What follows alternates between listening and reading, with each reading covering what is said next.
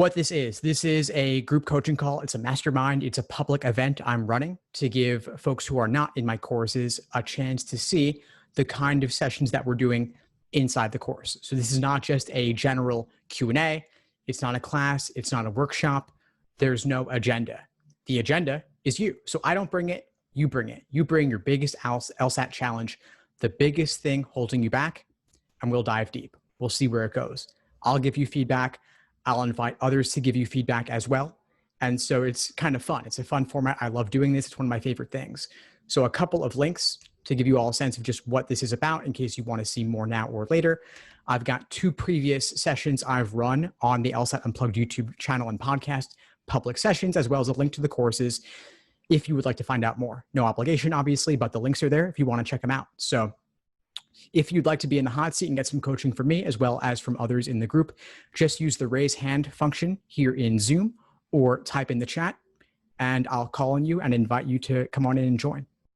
So type in the chat, use the raise hand function in Zoom, and we'll bring you in.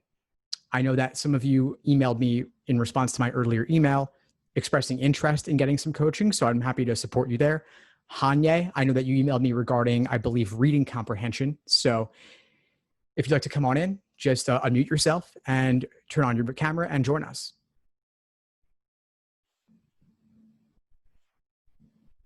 Hello. Hey, Hanya, how you doing? Welcome. Hi, I'm good. How are you? Good, thanks. I'm good. So what's going on for you in reading comp?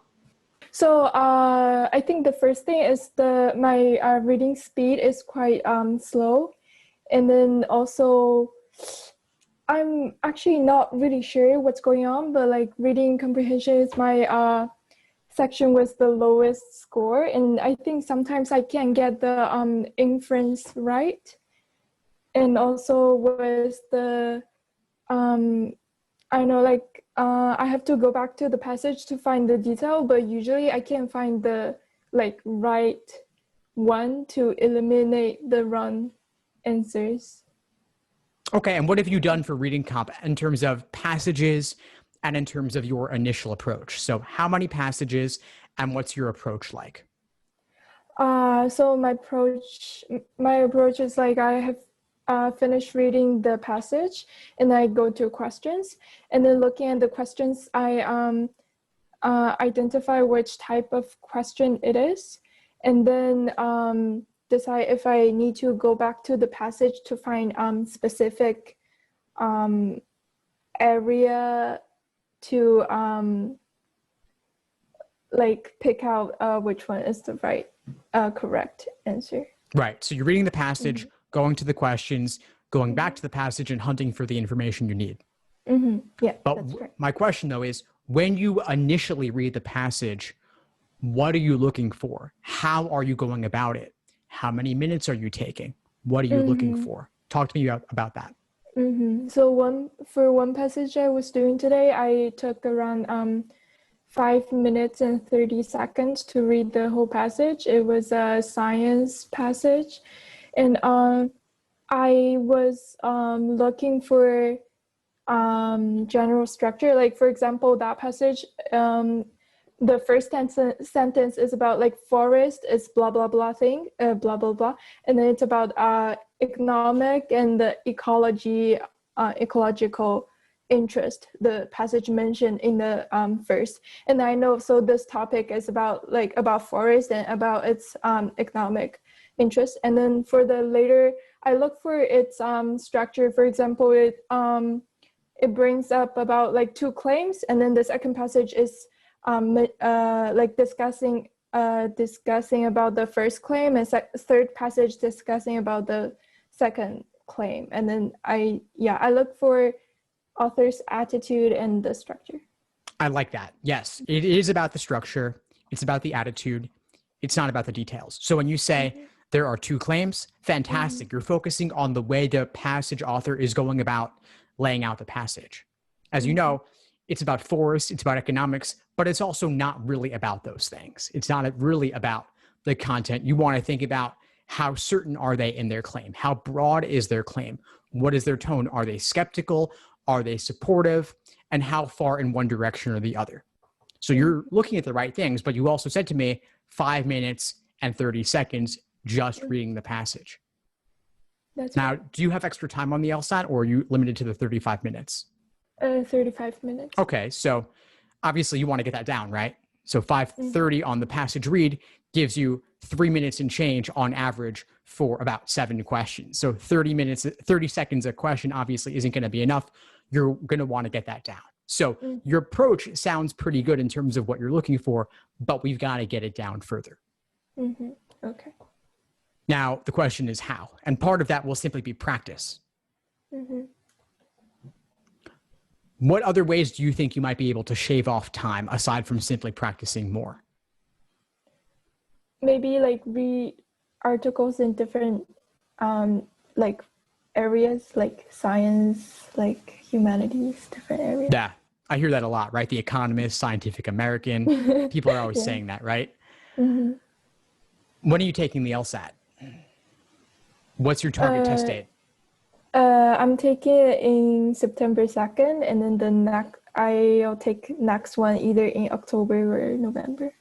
Okay, so obviously September 2nd, just a few days away. We're not going to radically change anything between now and then, right? So I'm going to think more about, okay, October, November, so a month or two from now. What could you do a month or two, over the course of the next month or two? Economist, Scientific American, those are more longer term strategies. That's what I would say to a college freshman who's saying, I'm taking the LSAT 3 years from now. What should I be doing? And I'd say, okay, yeah, do some light stuff to build up. But a month or two from now, you've got nearly 400 released passages. And how many have you done up to this point? How many passages have you completed? I'm not sure, maybe like 40, not much. Okay, so you've done about 10% of all the passages out there. So there's still a lot more available. I wouldn't be going to The Economist and considering that LSAT prep. I would focus on the actual passages. So practice is good. Just reading those with certain key things in mind, like we said, structure. You could think about what's the tone, what's the main idea of those passages, and then read those almost casually, maybe with more time than you have on the LSAT, and then aim to simply walk away with what's the main idea, what's the author's opinion, and how fast can you read a passage and take that away. So you could give yourself 20 minutes. You could also give yourself 2 minutes. Could you read a passage in 2 minutes and walk away simply with tone and main idea and solve those specific questions? Do that 10 passages in a row, not even bothering with the detailed ones, because you said you've got a rhythm down in terms of going back and finding those details and quickly skimming for what you're looking for. But are you always getting main idea questions right? Main idea is like orientation in logic games. It should be a warm-up. It should be almost a gimme. But if you're not getting tone and you're not getting main idea, even on a tough passage, there's something to work on there. And also there's another type of question called like primary purpose. I sometimes like get confused between the main idea and primary purpose question. There's pretty much no difference. Oh, okay. There's pretty much no difference between them. Maybe it's slightly different in how it's framed or phrased, but the idea is going to be the same for both. Okay. They're both general or global in nature. Now, I've said a lot here, so I want to invite others to chime in. Anyone who feels like they're pretty good on reading comp or has something they could support Hanye with, I want to invite you to just unmute yourself and chime in. Hanye, can everyone hear me? Yeah, you're good. Thank you so much for sharing. I agree with Steve in that I think the focus should be more towards longer term prep. Since you're taking it either October or November, what you're going to do in the next 2 days, I think just calm your mind, take deep breaths. But for RC, one thing that's helped me has been taking very light, very quick notes for each paragraph of for each paragraph of the passages. Not dissertation writing, but just really quick sketches of what each paragraph is trying to say. I think that gives me a sense of what the overall, purpose of the argument is, or what the purpose of the passages are, how they compare, if they're comparison passages. I'd also say for reading comp is to don't rush. It's a bit like logic games in which you want to make sure you've digested the passage before going to the questions. Unless you're like running low on time, let's say you have 5 minutes left or something, and you're just starting a passage. If you have 5 minutes left, you're just starting a passage, then just go straight for like the specific questions or the questions that you can tick off really quickly.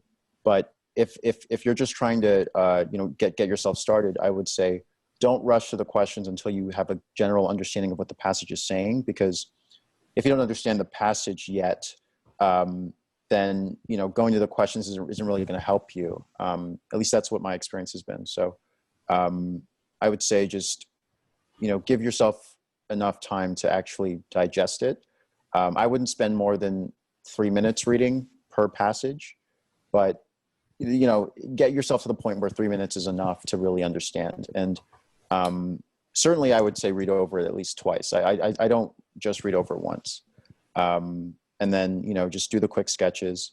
And then, so I'm sorry, did you mention logical reasoning? Are you still building your strength and your skill set with logical reasoning as well? Me? Yeah.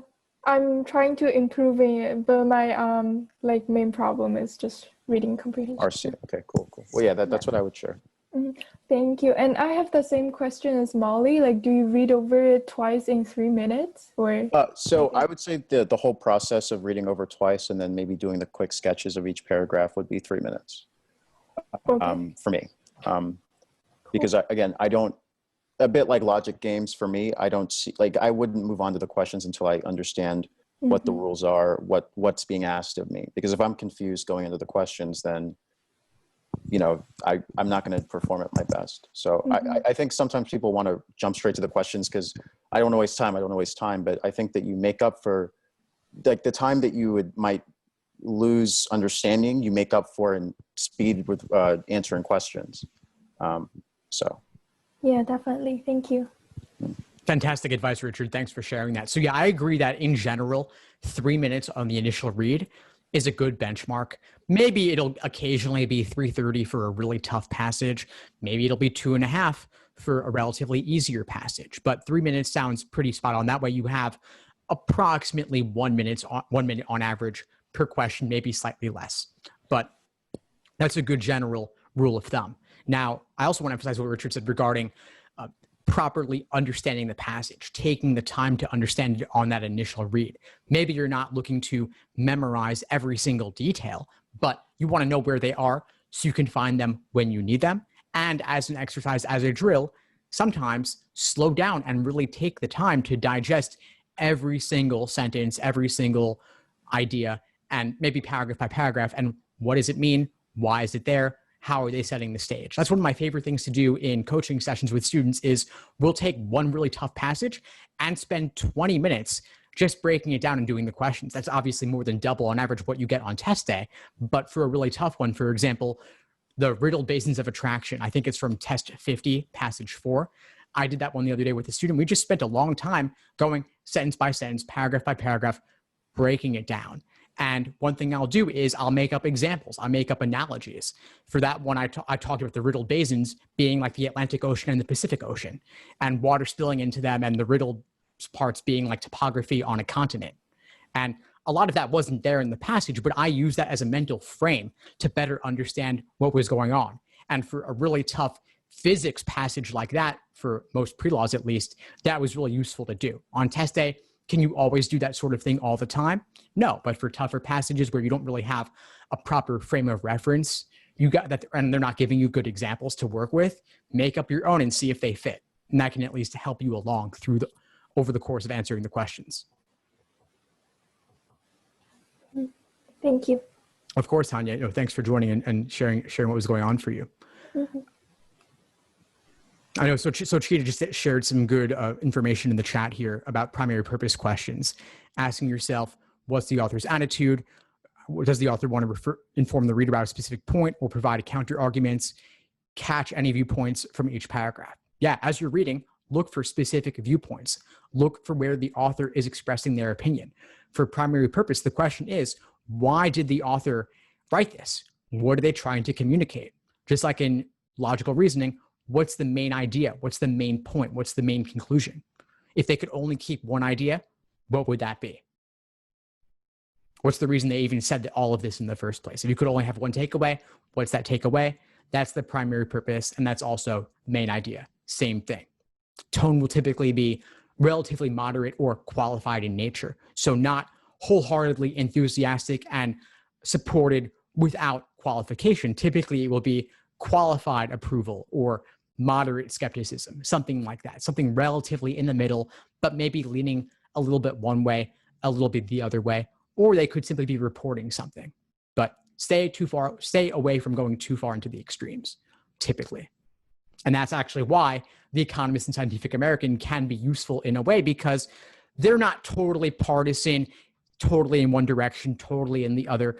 They're usually looking to provide some sort of relatively objective reporting or analysis on something. Can they have opinions? Sure. But they're not going to be too far in one direction or the other. They're fairly moderate, fairly reasonable, like an academic paper will typically be. And a lot of the reading comp passages are adapted from academic writing. All right, let's bring in some other folks. Who else has a challenge that they want to share? Feel free to use the raise hand function or type in the chat. Christina, I'd like to invite you, and I know you've attended a few of these, and I'm sure you've got some things on your mind.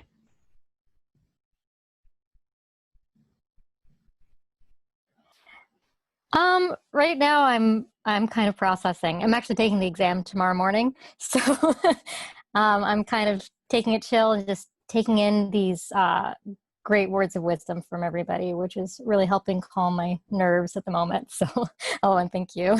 Yeah, sure. Folks are wishing you good luck. Yeah, good luck to you. I mean, I know you've been at this for a while, so I have no doubt you put in the work. And if you have any challenges or questions going forward, just let me know. Thank you, for sure. I mean, right now it's more just making sure I'm aware of how the flex functions, both in terms of like what it looks like, and making sure I know, I guess the technical ways of how it flows and how ProctorU works and stuff like that. So that's what I've been focusing more on, just so I can go into the test feeling prepared. Like I know the right things to speak to my proctor about in terms of what rules I'm aware of, and just so that we're on the same page as we go into it in case there's technical difficulties. Yeah, for sure. Well, a couple of quick things I'll share with you. One is there's a website where you can test out your system to make sure it's working well on test day. So if you go to testitout.proctoru.com, test it out with hyphens in between those words, test-it-out, you can walk through live with a ProctorU tech support rep and make sure that everything is good to go. So that way you're not spending 20 minutes figuring things out right before you start. So look at that. Other thing is confirm with them or request that if they have to take over your computer for any reason during the exam, that ask that they pause the time while that's happening, because otherwise the default is that the clock will be ticking. Obviously, you don't want to waste time on that. So just confirm beforehand, hey, if you take over for any reason, can you just stop the clock? And they should agree to that. And then, of course, Control F works. You're allowed to use Control F. So know that as well. Thank you. Thank you very much. And good luck to anyone else who's also taking the exam this exam period. Yeah, definitely. There's a lot of folks here, and I'm sure you guys will all rock it. If you have any last minute things, of course, reach out, post in the Facebook group. As Sochi just said, yeah, the Facebook group, facebook.com/groups/LSAT Unplugged. A lot of great folks, a lot of great support there, helping you out with, figuring out those things. Obviously, some folks took it today, some folks took it yesterday, and they can obviously guide you on any of the latest things to be aware of. So feel free to post there. Very supportive community. Who else has a question or challenge where could use support? Now, Ben, I know you were looking for tips, and that's not really what we're doing tonight, but happy to go deeper with you if it would be useful. I don't know. I was kind of thinking about how I'm going about doing everything, and kind of how I sort of feel unprepared where I currently stand. I know I told you in the email that I'm already signed up for the October 3rd exam, and then I'm probably going to just pay the fee in case I don't do well, the high score for the first exam takers, and then treat it just as a real time LSAT that is a real LSAT, and if I do well on it, then great. But if not, then I could just hide my score. And then really shooting for the November 7th exam as my main cake. Unfortunately, this year, as you know, there's no December exam. It's only January 16th. And today, especially, I've been toying around with the idea of, do I want to take the October 3rd and the November 7th, or do I want to take the November 7th and the January 16th and have that possibility of, if I do take the January 16th, to then apply late in the application cycle, or just wait another full year? Because I'm currently taking a gap year. I just graduated in May. And I don't know what I would do. Like, I don't know what I'm going to do. I'll probably work in a restaurant or something until next fall, but I'm not really too sure what I would do for an additional full year. So I've been kind of thinking about that today. And yeah, just some advice on that, if you can. Yeah. So I guess the biggest question is, do you do October and November, or November and January, or just one of those dates? Yeah. And like How long have you been at it for? Seriously studying, probably like a month and a half. I've had no responsibility, so I've been grinding probably 6 days a week, anywhere from 6 to 12 hours a day. I know that strategy doesn't work for a lot of people, but I enjoy the grind. I've been grinding every single day. My girlfriend just went back to school, and my brother's moving out of the house tomorrow. So all of my distractions are really gone. It's just one less person in the house, and she's away, so I don't need to deal with her and have her take up my time. So I'm probably going to be moving on to 7 days a week. I'm not doing a full 8 or 12 hours every single day. Like, I am spacing out my time.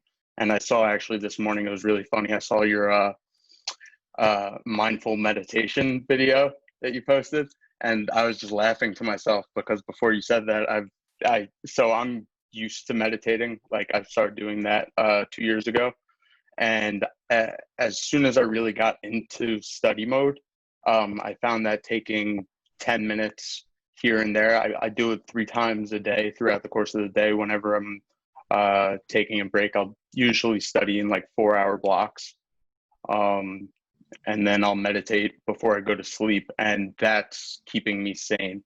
So if anybody in this group hasn't seen that video or is stressing over studying, Steve said it, and I'm doing it. I'm a guinea pig that can vouch for his words, that the mindfulness meditation really is a lifesaver, because I would be going crazy if not for that. Dude, awesome. I'm glad that you took that to heart and that it's working for you. You're doing it. I wonder though about that pace. I know you said you're taking breaks. You're not doing every single day necessarily, but could you maintain that pace until January? Do you think you could? Do I think I could? Yeah, probably. I don't think that I would necessarily maintain that pace if I did follow through with the January exam, just because of the burnout factor. So initially I was going to start studying back in June, and 2 weeks into studying every single day, I was like, I'm going to burn out if I do this from June until November. So I started studying really the beginning of July, or middle of July, probably around the 17th. I would probably cut back on my study hours, but still work probably 6 or 7 days a week, just because I still don't have any responsibilities. I live with my parents. This is my only priority. It's detrimental. It decides the rest of our lives, basically. Yeah. So let me ask you this. What do you think is missing from your prep that you wouldn't be ready for October, working at the pace that you're working? I think it's nerves. I think it's the fear of not reaching the score that I want to reach. And also, I'm having all of these nerves blindly, and I haven't really taken any practice tests. The only practice test that I took was diagnostic, and I did horribly because I didn't care about it. I took it with a grain of salt.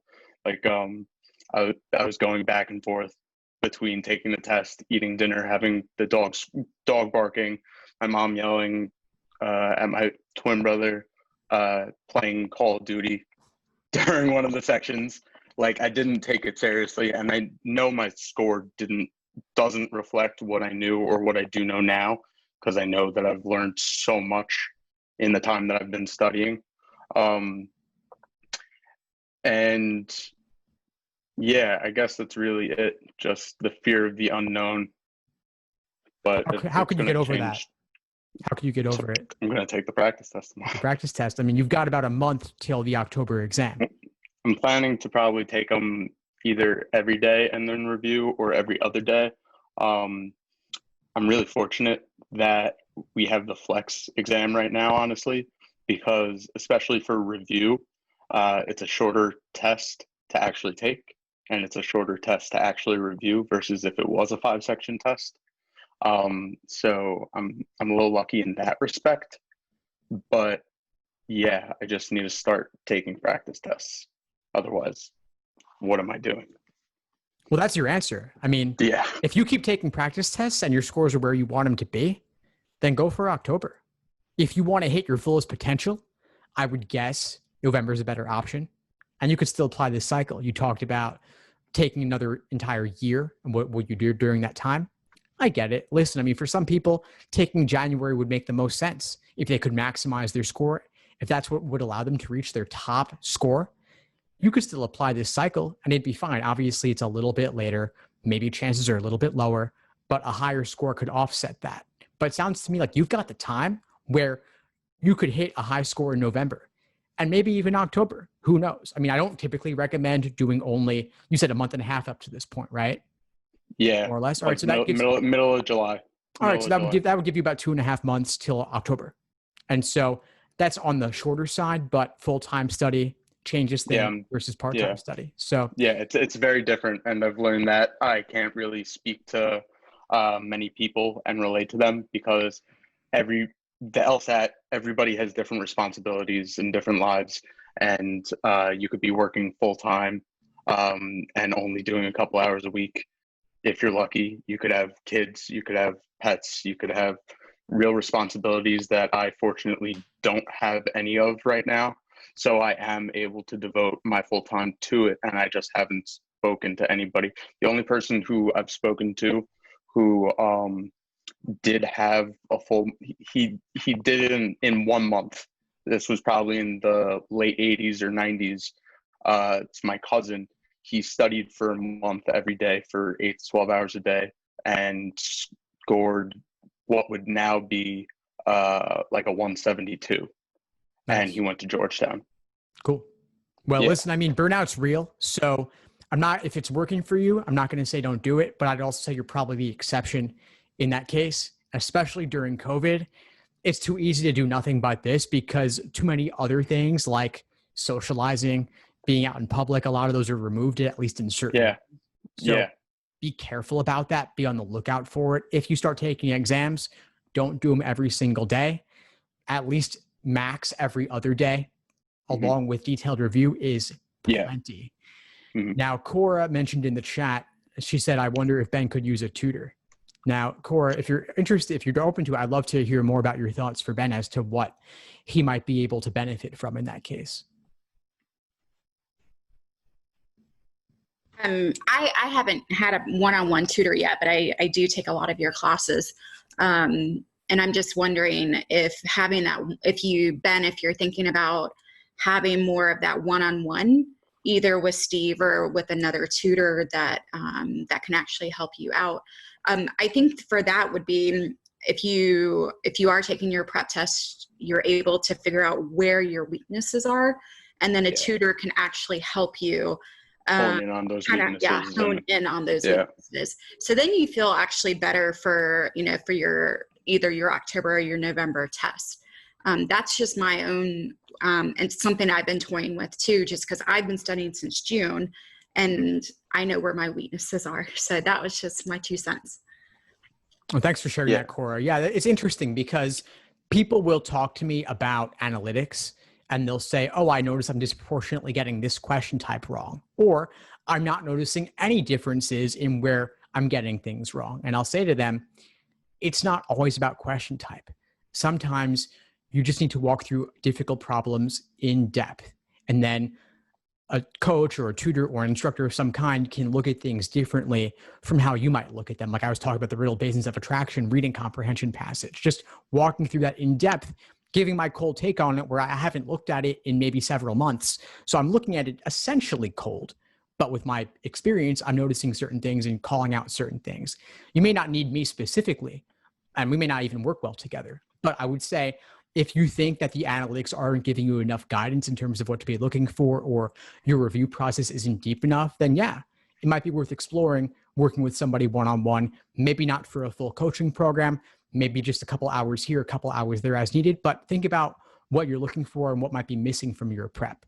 And the fact that you're studying full-time means that you can get a lot out of working with someone, because the insights you gain from those sessions, you can apply to studying more effectively on your own immediately for several hours every single day if you want to. Mm-hmm. So I have 2 follow-up questions to what you just said. The first is in regards to your assistant who scored the 174. Yeah. Would they possibly be able to help me in that respect? Yeah, absolutely. Just shoot me an email and we'll talk more about it. I could send you his info. Sure. And then the other question that's totally aside from the conversation that we just had. I was watching another one of your videos the other day, and I was meditating at night, and a thought just came to me. Like I was just running through the regular day, watching my thoughts as they're going by, and it was your video on about thinking of logical reasoning questions based on the arguments method of reasoning. So I was wondering if you could elaborate a little bit more on that and your thinking in that. You're the only person who I've really seen anywhere online say that, and it really interested me because it was a short video, but when the video was playing, it was going through everything and just like things were clicking in my head. So I was wondering if you could talk a little bit more about that. Yeah, sure. It's a great question. So let's say in logical reasoning, you've got the stimulus, you've got the question stem, and you've got the answer choices. And I could imagine, I don't know that they do it this way, but I could imagine theoretically that a person who writes LSAT questions, they could have a structure where one person writes the stimulus, not even knowing what question type it will be. Somebody else writes the question stem, somebody else writes the choices. I'm just making this up. But I think it's possible because any given argument that contains a gap, as pretty much all LSAT questions do, if they're arguments, they contain gaps where the evidence does not 100% guarantee the conclusion. There's room in between there where there's underlying assumptions or maybe flaws, depending on how you look at it. And so we could take any argument with a gap or a flaw and say, this could be a flaw question, or it could be a necessary assumption question, or we could be asked to strengthen it, or we could be asked to weaken it, or evaluate the argument. There are lots of things you can ask about an argument. If we're giving them the benefit of the doubt, in that gap, we could say, what's an underlying necessary assumption that is required in order for that argument to work? Versus, we are assuming this argument failed to consider something or is taking something for granted. And so what I'm saying is that there's room to play there, where let's say maybe you hate weakened questions, but you love strengthened questions. They're just two sides of the same coin. Yeah. Supply information from one perspective and you're strengthening it. Flip it around and you're weakening it. So you're referring to my video on YouTube, by the way, titled 170 plus LSAT logical reasoning strategy, which is one of my more popular videos. And in that video, I give the example of Yelp reviews, right? So I'm saying that we should do that restaurant. After all, it has 5 stars on Yelp. So it would strengthen that argument if we knew that Yelp reviews were reliable, that Yelp is good at filtering out fake reviews or reviews from friends and family. You could weaken it if you supply the opposite, where you say Yelp reviews are not reliable. You could do the same thing with an argument based upon a study or a survey. If you say the study or survey is well conducted, you're strengthening it. If you're weakening it, you could say the study or survey was not well conducted. Or you could say the argument takes for granted that the study was well conducted. Maybe it wasn't. Or you could say the argument is assuming that the study was well conducted. Lots of ways to frame it with the exact same ideas. I'm thinking, for example, of a question I covered recently with a student that was about people eating fish and getting omega-3 fatty acids. And then we have an association between that and heart disease. I think this was from either test 80 or test 81, if anybody wants to look it up. And the idea was, well, there's a correlation there. Those who eat the fish tend to have reduced heart disease risk. Well, what if those are just people who are healthy in general and they also happen to exercise? Well, maybe exercising is the factor that is leading to reduced heart disease risk rather than eating the fish oil. And so you have to control for that. The study may not have been well conducted. And so we strengthen the argument if we say they controlled for that exercise factor. We weaken it if they say we failed to consider that. We say it's flawed if they failed to consider that. And necessary assumption, they are assuming that that was controlled for, that that's not an external potential alternative cause.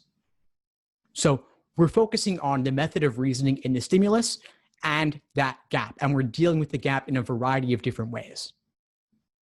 This is regardless of question type, which means that sometimes the work is not to just drill necessary assumption questions. Sometimes the work is to better understand the stimulus. We were talking earlier about reading comp with Hanye. Rich was pointing out that just slow down, understand the passage better. And that applies here also. I'm saying understand the stimulus better, understand the method of reasoning better, understand the argument. If you do that, the question type may not even matter once you're at a certain point. You've been on the grind for like a month and a half, 8 hours a day or so approximately. You're probably beyond that. You probably know the different question types at this point if you've focused a bit on logical reasoning. It could just be you're getting questions wrong because they're hard questions with harder methods of reasoning in the stimulus, and that's what you got to look at. And that's why you got to dissect that better. When I talk about proper review, I talk about the Socratic review method, where you're really analyzing your thought process and seeing where your misunderstanding stems from. And it may not be question stem. It may be getting deeper into the method of reasoning in the stimulus. It may also be better understanding the answer choices and what makes them tempting, what makes them wrong, what makes right answers discouraging, and what makes them right. So I've said a lot there. How's all that sinking in? No. It's thank you. That was great. Definitely soaking up everything that's going on in this chat and everything that you're directly saying to me. So thank you for that. It's a really interesting theory that you have that I agree with. Is very possible, if not probable, that there could be different people writing the LSAT questions. But that's a really good way of thinking about the logical reasoning questions and tackling them, in just that they're very malleable and there are gaps in all of them. And I want to ask you one more question, Ben, because you got potentially, you said you have like a month till October, maybe 2 months till November, and then maybe even January. Maybe you're still playing with that. Maybe. Well, you said 6, 12 hours, 6, 10, maybe even 12 hours a day, if I heard right. How could you cut that down so that you could get more out of 5 to 6 hours than you could out of 8 hours? How could you study more efficiently? Is there room there? What could you do differently? Not have my phone in the room. Not have my phone in the room. I've been keeping it on do not disturb, but just the fact that it's right next to me would definitely help. And I think me speaking it out loud to you now is definitely something that I need to do, and I'm going to do. because that'll hands down help my studying efficiency without a doubt. Nice, dude. I love it. Yeah. Yeah. 5 to 6 hours focused could be equal to 12 hours with sporadic breaks periodically. Yeah. Yeah, you know. Also to anybody else, if anybody is doing crazy study hours like me, taking breaks throughout the day and even just 10 minutes of mindful meditation makes a world of a difference, because you could be slowly going crazy to the point of burnout. Then you need to know when to step away and when to collect yourself, go on a walk. I found bike riding is huge for me. I'll start my day, I'll go for 10, 20, 30 mile bike ride, and then I'll hit the books all day. Yeah, exercise is huge. Yeah. And taking those breaks also huge. I put a couple of recommendations in the chat. One is called the Focus app. It uses something called the Pomodoro technique, which cycles through periods of work and periods of break. And so that can be a way to help train yourself to take breaks at specific times. During the break, you can do whatever you want. If you want to check your phone, you want to check the internet, you can do that. You want to go for a walk, you want to do 10 push-ups, you can do that. You want to go get a drink of water, get a snack, you can do that. But there's always a defined scheduled time where that's coming up. And until then, not allowed. Got to stick with the LSAT. We've got some great feedback in the chat here. So Cheetah said, I put a time screen on my phone. My apps on my phone will disappear until 3 p.m. That's cool. So I suppose this is an app of some kind or some sort of control device where you can check the time on your phone. Maybe you can use the stopwatch on there if you want. I'm not sure about it, but there's a way to at least remove that temptation for yourself. And Richard says the bike rides, biking to the downtown area with friends a couple times. Yeah. Taking breaks, getting outdoors, getting some fresh air. So something, I'm just going to touch upon the bike rides really quickly. So in my very minor inquisition into law schools, very minor because it's premature, I don't know what I'm scoring, everything's up in the air. I was just curious, and I was looking up like law school bicycle clubs or like cycling clubs. And the dean of Fordham Law says that cycling and law go hand in hand. And there's a picture of a bicycle next to the scale of justice. And it was just hysterical. So it's pretty cool. Yeah. So it works. It's therapy, and it's really good for you. Nice. Definitely. Thanks for sharing that, Ben. We got Molly in the chat talking about her Pomodoro strategy with a 50-10 interval. So I'm guessing that's 50 minutes of work, 10 minutes of break versus the 25-5, 25 minutes of work, 5 minutes of break. Molly, do you want to share more on that? Feel free to unmute yourself and share. Yeah, I feel like if I have a 5-minute break, I just feel like kind of rushed through it, or like I didn't actually get that good of a break. But like a 10-minute break lets me like walk around or something. And also if I'm like doing a study book or something, like 50 minutes lets me like get through a chapter and like find a good stopping point. I just feel like it's like, it depends on your attention too. You know, like some people like 50 minutes is a really hard time to like concentrate more. But for me, I feel like I can like find a good stopping point, try like set a goal to like get through a whole chapter of whatever I'm studying, or, you know, like finish a whole task, and then have a break where I come back actually feeling like rejuvenated and ready to like hit the books again. Nice. Thanks for sharing that, Molly. I think that makes a lot of sense, actually. And Pomodoro is one of those things where your mileage may vary, adjusted accordingly. I think it's more about that ratio than the exact number of minutes. And one cool thing about going beyond 25 is that LSAT sections are 35 minutes. So 25 is shorter than an LSAT section. You wouldn't be able to complete the entire thing before the break time. But a 50-minute period of work gives you 35 minutes to do the section, plus a little bit of time to maybe check your answers, review a little bit, look up some things, and then take your break. So I like that a lot. And you could do something in between too. You could do maybe 35-7 approximately, but obviously round numbers are a little bit easier. I'm just laughing to myself right now because I found that I'm kind of doing that, but taken to the extreme. So I'll do 4 and 40. Yeah. So you're saying 4 and 40? You mean 40 work and 4 hours and 40 relax. Oh wow. 4 hours. So you're okay. So yeah, that's a lot. Yeah. Yeah. But that's just me.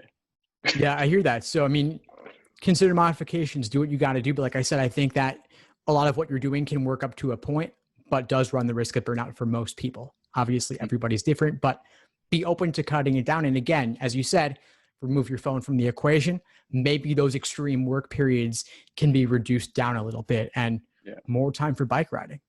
Yeah, I definitely agree. All right. I feel like I've I feel like you got what you needed. No, do you know this was fantastic. I really enjoyed connecting with you, but I feel like you got what you needed. Yeah, I definitely did. Thank you for talking with me. Yeah, of course, Ben. I see a question from Cora here about paper versus computer. You want to share more? So I'm doing 2 courses right now. I have your course, Steve, and then I also have Test Max, which I got a lot of books with. So one thing I've noticed when I'm doing my homework and doing my prep test and everything is paper, I do very well, even timed and everything. When I try to take that same concept and do it electronically on the computer, I don't know if it's anxiety or I really do lose focus. And I mean, just a little bit ago or a couple hours ago, I was trying to do one of the prep tests and I was on RC and I got through one of the, the big one of them and then got to the second one and I just quit. I exited out of it. And then I'm just trying to figure out, I don't know, it's an age thing too. I'm old school, so I do like paper than compared to somebody right out of college. So I don't know. I'm trying to figure out where that gap is.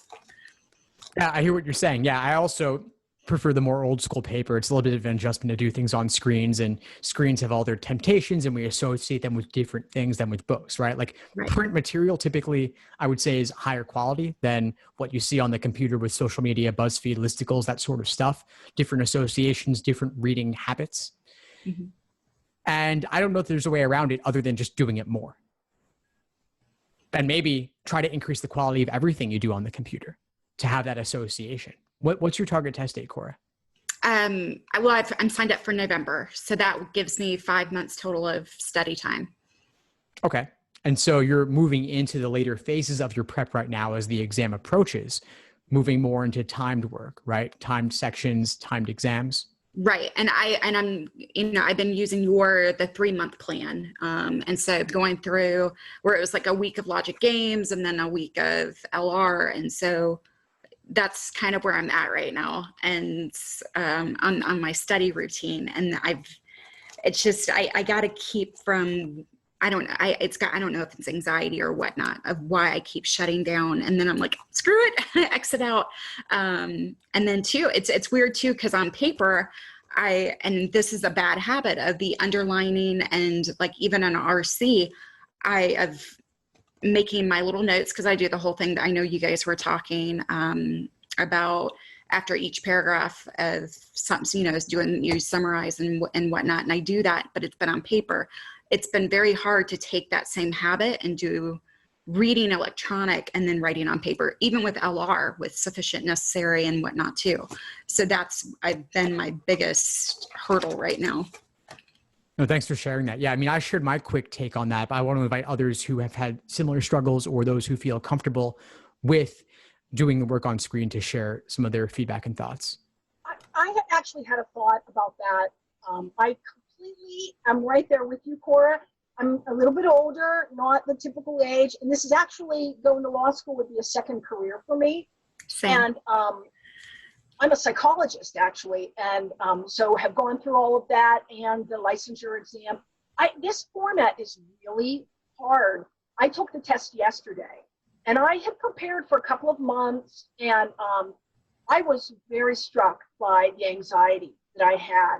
Like, I feel like, when I've taken standardized testing before, you're in an auditorium or wherever, you have this sort of like privacy, this kind of imagined privacy around you, but you're in the company of other people. And there was just something about it that was really difficult, even though, I was alone in a room in my home and I had enormous privacy, but it doesn't feel the same.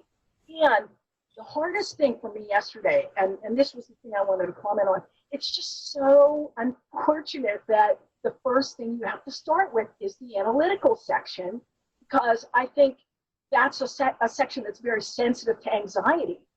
If you start to feel overwhelmed, it becomes more difficult to do that section. And it builds one question after another. So it's not like the separate, from the other sections where you can kind of start again and start again and start again. You have to really have it going on. And I was so anxious. And I sadly, I have no idea because it was just yesterday, but I kind of feel in retrospect that I did underperform given what I've been doing on practice. And I'm going to take it again in November. I guess I'm not really surprised that the anxiety made it difficult to manage that section. That's the hard section for me because it's kind of, you don't know what you're facing. It's so varied, and you don't know what kind of games there'll be. And I absolutely perform better on certain types of games, and not quite as well on others. And boy, it just starts, and there you are, and it's boom, the tough one, the analytical section. We have to keep it together to be able to perform.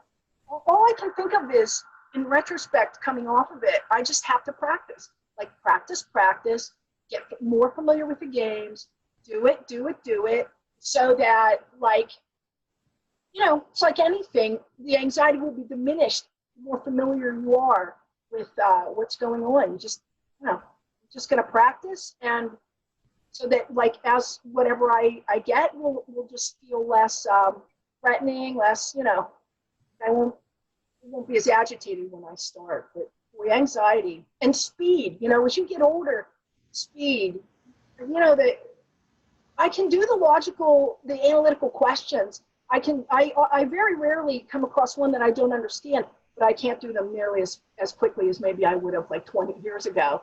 And speed is everything, It'll just move from item to item to item, and efficiency, speed. So that coupled with anxiety, it makes it tough. Yeah, I have, thank you, Tina, for sharing that. I have something to add as well. Cora, I agree with you. I had a lot of written textbooks that I purchased and got from friends. And I was practicing for months on paper before I switched to the LSAT digital platform. Something that's been helpful for me, particularly with reading comprehension, has been adjusting the size of the text on the screen. You can do that. And then spacing them out. So I'll have them usually at the smallest size, and then kind of like a one space in between. I like it because I think that the way that you get it, it's like bigger letters and they're all squashed together. Words kind of blend together, but the way I do it, I think lets you kind of break each line separately. And so the ideas, I think, are less jumbled. I think it's also easier for when you use Control F, finding specific words and things. They're not all, they don't just run together as much as they would if everything was squashed. I think that might help. And then maybe, as Steve likes to say, play around, having a brighter screen, less split screen, seeing which one is more comfortable for you. But then otherwise, just building up your familiarity. But I definitely understand because it's definitely, I prefer written as well. Yeah, I wish it was an option. Yeah. I would go old school. Yeah. So question to you, Richard, and for anybody else that are, because I know you're trying to score into the 170s. As far as, I'm trying to, going from, we were talking about the paper, and you can really write everything that you're thinking on the actual questions. All right. So was keeping up with speed, how are you able to do that with your paper being separate from your screen? With time, you're watching the time and things like that with RC, LR, and also with the games. Yeah. Well, that's a good question, because I think that the big thing is practice. I'd say what I mentioned earlier about digesting the passages. And I'm still getting better with logic games, but what I've learned is that, the more you can get up front, the better. So I think you save time, and if you try to go to the questions too quickly, you're going to lose time constantly referring back to the passage. If you don't make the kinds of inferences that you need to with logic games, you're going to waste time later going back to the rules, because you don't trust your own diagram. And then with logical reasoning, what I've said on this platform and with friends is that I just think that if you understand the stimulus, it doesn't really matter what they ask you, because you'll be prepared for anything. And so digest the stimulus. And so I think that's kind of how I make up for it. And then also, I'm an avid reader of digital media. I used to read books all the time when I was a kid, but just personally now I love reading like The Atlantic, New York Times. I'm constantly looking for more articles to read. And so I built up my comfort level with, articles that are, I write in my own personal life. I'm a writer. So I think you mentioned November as a test date for you, maybe just build when you're on your downtime, just open up an Atlantic article, something with like the white screen that's kind of so that you're building up that familiarity, so that you're not and anything that mimics what the passages actually look like. So maybe that helps. Thank you. I appreciate it. That's fantastic advice. So we've got from Tina the idea of practicing more using LawHub. Richard just gave some great advice specifically on how to mimic LawHub. There's actually nothing like using LawHub itself. And you actually get 2 exams on the LawHub platform for free. You get 71 and 73. And then for $99 a year, you get the majority of the exams in that format. But nobody is allowed to mimic LawHub precisely. And LawHub is what you'll be doing on test day with the Flex or the digital, if and when they go back to tablet. But for November, they just announced, of course, it will be a Flex. So if you want to see what that's like, go on LawHub, do 71 and 73 on there. Consider getting the LawHub subscription to do the majority of them in that way, because nothing is going to be as close as that. I can't support that enough. It's exactly like LawHub. Like it looks the same. The formatting is the same. It's like you're in LawHub when you go to do it. I was immediately struck by it's just exactly the same. So like you cannot really practice anything that's more similar than that, because there's just no difference between the two. Yeah. So look into that. Corey, thanks for sharing your question. Folks, this has been a fantastic session. I appreciate all of you joining this evening. I've got a couple of other sessions like this on the YouTube channel. Everyone is different. It's based on the challenges folks bring, the way people respond, the way people contribute. So check those out for more. I've put them in the chat again on the LSAT Unplugged YouTube channel.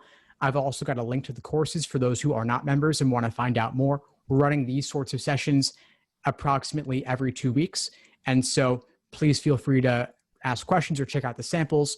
Feel free to reach out with any follow-ups about the courses. They're a lot of fun. We have a variety of different formats. This is just one of them. But I want to thank all of you for joining and for asking such powerful questions, for giving such useful responses to everyone else. Hope you found this useful. And feel free to reach out with any follow-ups. But otherwise, have a good night, folks, and thanks for joining. Thanks for tuning into the show. Please subscribe if you haven't done so already to be notified of new episodes as I release them. And feel free to reach out if you need anything at all as you move forward with your prep. I'm happy to help however I can. In the meantime, I'll wish you all the best and take care.